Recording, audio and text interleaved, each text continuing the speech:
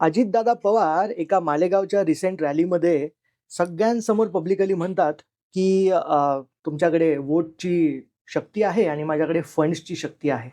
माझे जर उमेदवार हरले तर मी फंडिंग आहे ना ती कट करून टाकेल. 18च्या 18 उमेदवार निवडून दिले ना. मी तुम्हाला सांगितलेलं सगळं द्यायला तयार आहे, पण तुम्ही तिथं काट मारली तर मी पण काट मारणार. तुमच्या हातात मत द्यायचंय, माझ्या हातात निधी द्यायचंय. म्हणजे ही मजाक मस्तीमध्ये ते बोलले असतील किंवा बरोबर बोलले असतील, चूक बोलले असतील, मला माहित नाही. पण अपोजिशन जे आहेत ते म्हणतायत की हे जे पैसे आहेत, हे फंड जे आहेत, हे काय अजितदादांच्या घरचे नाही आहेत. हे फंड सगळे आपण भरलेल्या टॅक्सेशनचे आहेत. टॅक्सवरनं जे पैसे आलेत त्याचे हे पैसे आहेत. त्यामुळे अशी भाषा वापरणं हे कुठेतरी चुकीचं आहे.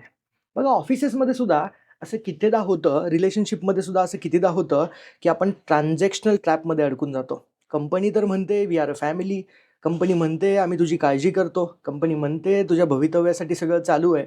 पण त्यासाठी तुम्ही फॅमिलीचं बलिदान देतात, तुम्ही वेळेचं बलिदान देतात, तुम्ही विकेंड्सचं बलिदान देतात, पूर्णतः कंपनीसाठी स्वतःला झोकून देतात. पण ज्यावेळेस तुमच्या स्वतःची वेळ येते त्यावेळेस मात्र कंपनी मागे सरकते.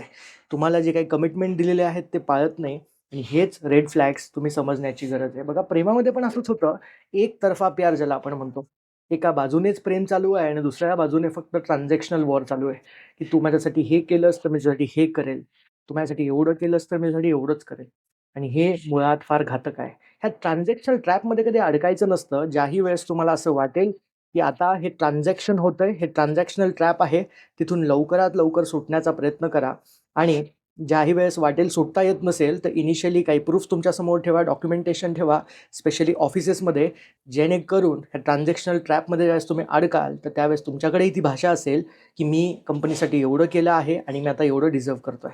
तर ट्रान्झॅक्शनल ट्रॅपपासून जपा, वाचा आणि सतर्क राहा.